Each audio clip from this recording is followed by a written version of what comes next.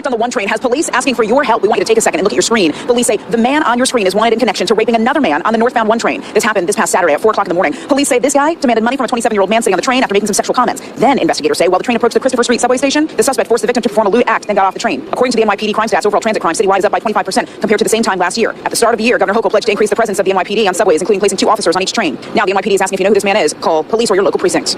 In the West Village in Calorama. Arrested a man wanted for allegedly raping a fellow subway passenger. His arrest coming on the same day Governor Hochul officially promised billions of dollars in funding to improve subway safety. Here's News Force Chris Jose. The NYPD says the suspect on camera sniffing his fingers sexually assaulted a man on a northbound 1 train early Saturday morning. Officers arresting Mohammed Azim today. What happened? What happened? What happened on the train? Huh? What happened on the train? Got me, G. Police say Azim made sexual remarks and demanded money from a 27-year-old passenger. As the train approached the Christopher Street subway station in Greenwich Village, cops say he forced the victim to perform a lewd act. Why are you snapping your fingers? The arrest taking place while Governor Kathy Hochul announced $68 billion over the next 5 years for the New York City subway system. I don't want anyone to feel that sense of anxiety. That's what I've been fighting. The governor confirmed a new plan expanding involuntary removal of those deemed mentally ill and a danger to themselves and others. The homeless also part of the plan. Alright, that's enough. I'm going to link the video in the description. But yeah, back again. Shalom, Israel. First and foremost, I want to give all honor, glory, and praise unto YAHAWAH, YAHAWASHI, Hashem. Rakawadash, double honors to the elders and apostles, great millstone. Double honors to the elders and apostles. Shalom to my Akim Wak Wafim who are diligently waiting to be delivered from this final captivity. This is Brother Kawak coming at you with another lesson. Leviticus chapter 20 verse 13. If a man also lie with mankind as he lied with the woman, both of them have committed an abomination. They shall surely be put to death. Their blood shall be upon them. Now, this video, okay, I didn't play the whole thing, but I just trying to get to this. If you want to see the whole thing at normal speed, because I put on 2 times speed, you can go check it out, because I'm gonna link it in the description. Also, the brother does a good job in his lesson as well. But basically, this is just gonna be a quick lesson that kind of goes into. It does partially go into this whole not lifestyle. How life will be when the MOTB comes in, because the thing is that people, they are too willing to do whatever it takes. Like they think that they need to do literally whatever it takes in order to keep on living, when sometimes it's just not worth it. All right, and especially when it comes to being a follower of YAHAWAH or YAHAWASHI. If you have to basically do if you have to basically break the laws of YAHAWAH, then that's when, okay, you know what, maybe I shouldn't be doing something, or maybe and obviously within reason, obviously, because even us now, we're not able to fully keep the law to the best of our ability. And we, like, say for example, working on the Sabbath and whatnot. All right, that's an example of that, where okay, you need to keep on going to work. You need to keep on doing this, that, and third. So obviously there's some stuff like that, but there is other instances like this, okay, where some dude basically assaulted a man, all right, that was on the subway. I don't know, they didn't show the full video, and I kind of don't want to watch it. All right, I would be willing to watch it for the sake of it, but I don't need to. So I think I'm gonna just pass on that. But basically what they had said was, which you heard on two times speed, was how he asked the dude, some guy, for money, and he told him to do some lewd act, and apparently, I guess because they were the only 2 people there, he just did it, and he was afraid of his, I'm assuming he was afraid of his safety and whatnot, because I guess that's what happened, that this thing got reported and stuff like that. So he basically did it. He just gave himself up like that. Like, it's like, I genuinely do not understand, because as a man, regardless of if you know how to fight or not, if someone is trying to hurt you, attack you, or do anything like disgusting and whatnot, you should attempt to fight back regardless of the consequences. Like, you don't allow this type of stuff to happen. And that's the thing. I blame the school system, because the school system, Esau's school system specifically, teaches kids that if someone is hurting you, if someone's bullying you, if someone's doing anything wrong to you, you are never allowed to fight back. So they get to get away with constantly bullying you, hurting you, harming you, and stuff like that. And then for you, as the victim, you are never allowed to fight back. You're not allowed to insult them. You're not allowed to attack them, hit them, or anything like that. They expect you to just shut up and take it. And that type of behavior is completely unacceptable. I've heard so many different stories, and that's what the school shooter stuff is about, where so many people are in the comments acknowledging this stuff, and because they know, either they've gone through experiences themselves or they know how the system is. And yet the only people that actually don't care, that don't know, or want to pretend that they don't know, because they are the people that are actually perpetuating it, are the teachers, all right, or the people in authority, the people that are pushing Esau's agenda in society and stuff like that. They are the ones that know this stuff. And then, at the same time, they're still going to perpetuate and bring these kids in these situations where they want to go and become school shooters, again, where it's like, how can you actually say that you feel sorry for these schools getting shot up when all these kids, all right, because me personally, when I went to school, I guess I'm older. I don't think I was in school during the time of school shooters, but I probably wasn't, but basically the thing was that I'm pretty sure I was. I'm pretty sure I was. I don't think Slovakia, but basically the main thing is the fact that a lot of the school shooters are, kids that were bullied, and the kids that think like, okay, well, all these people are treating me badly, and the teachers aren't doing anything. No one is helping me. I'm all by myself, and I just don't have anything. So you know what? I have nothing to lose. I'm gonna go get a gun, because apparently getting a gun is very easy. Is very easy right now. Even young kids can get it. All right. Or either they can get it legally, or they can get it illegally and whatnot, because of how many guns there are in America. And then he's gonna go take the guns to school, and then just go randomly mowing down a whole bunch of kids. And again, like, I have to reiterate that I absolutely do not feel sorry, because in addition to that, there are a lot of these kids are literal demons, and they've only been getting worse. All right, so Slovakia, let's go back a bit.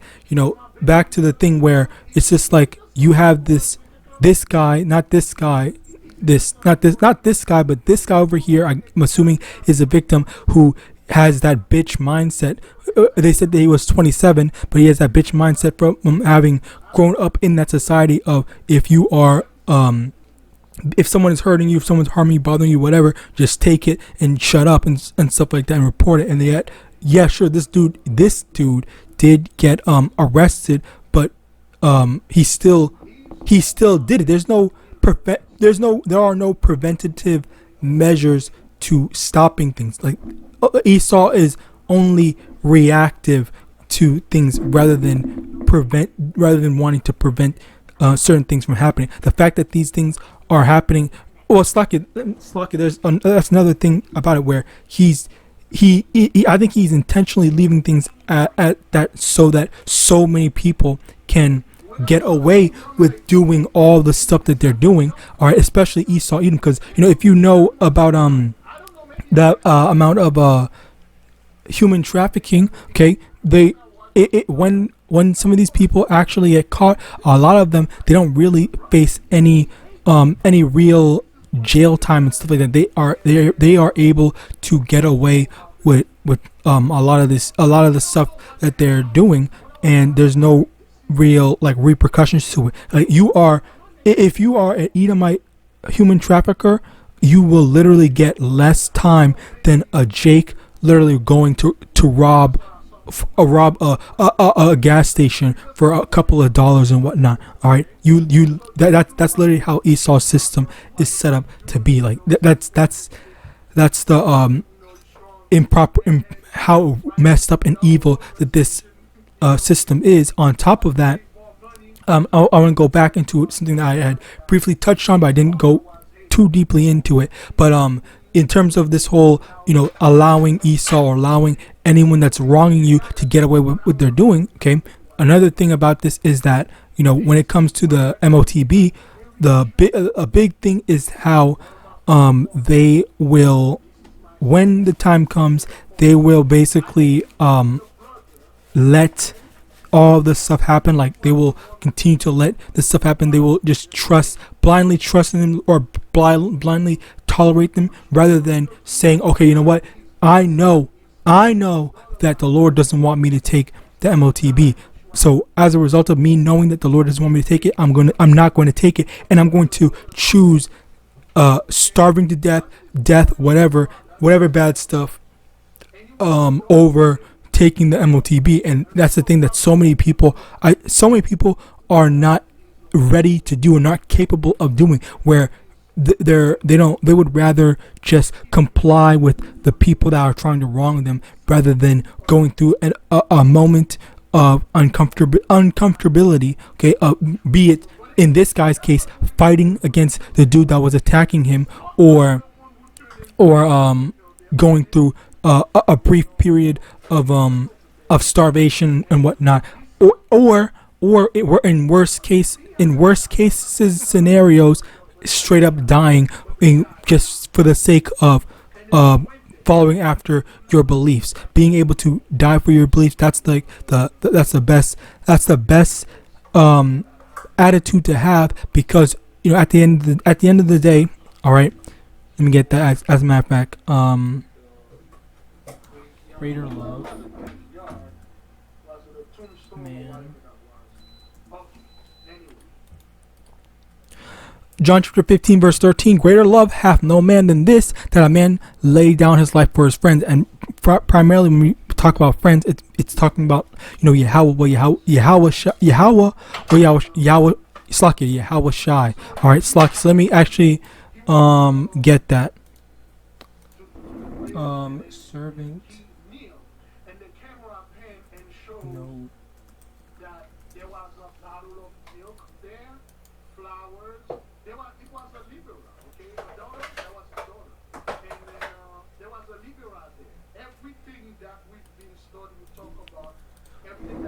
Huh.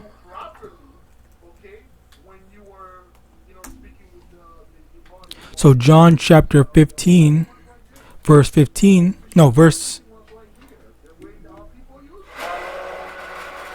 13. That is crazy that I was there, but anyway, John chapter 15 verse 13, greater love hath no man than this, that a man lay down his life for his friends. Ye are my friends if ye do whatsoever I command you.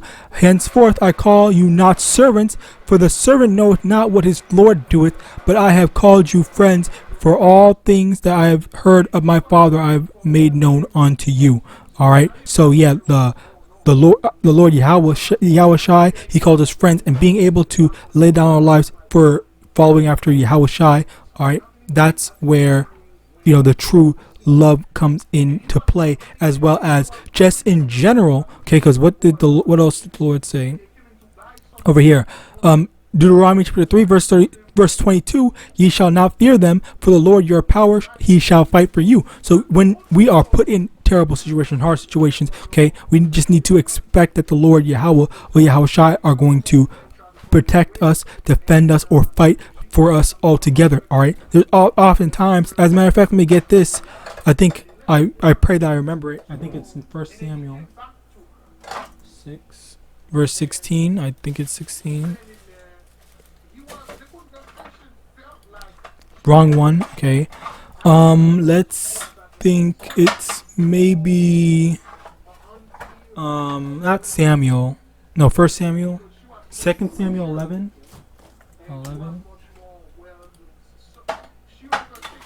No. 1 Samuel. Wait, okay, fuck it. This means it's Google.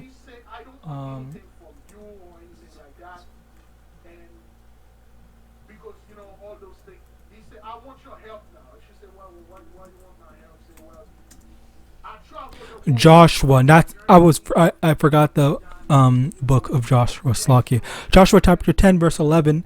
And it came to pass as they fled from before Israel and were in the going down to Beth Horon, that the Lord cast down great stones from heaven upon them unto Azekah, and they died. They were more which died with hailstones than they whom the children of Israel slew with the sword. So the Lord, killed more of the enemies of Israel through the hailstones, rather than having the children of Israel actually go and killing them themselves. All right, so yeah, that was a big thing where the Lord quite literally fought on behalf of, for the most part, on behalf of them. Where again, like, you have people like this who just comply. He didn't fight back. Okay, the dude, you literally saw the dude.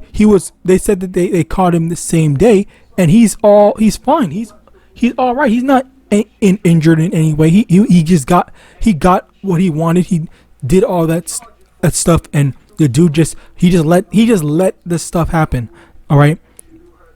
Let me continue on. Jeremiah chapter 30 verse 6. Ask ye now, and see whether a man doeth travail with child.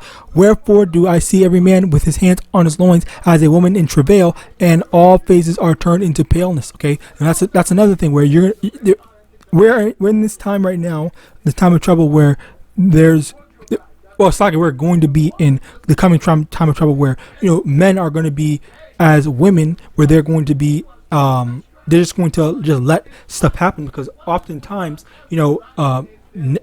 normally women, when they are in trouble, their normal response is just to scream, and that's when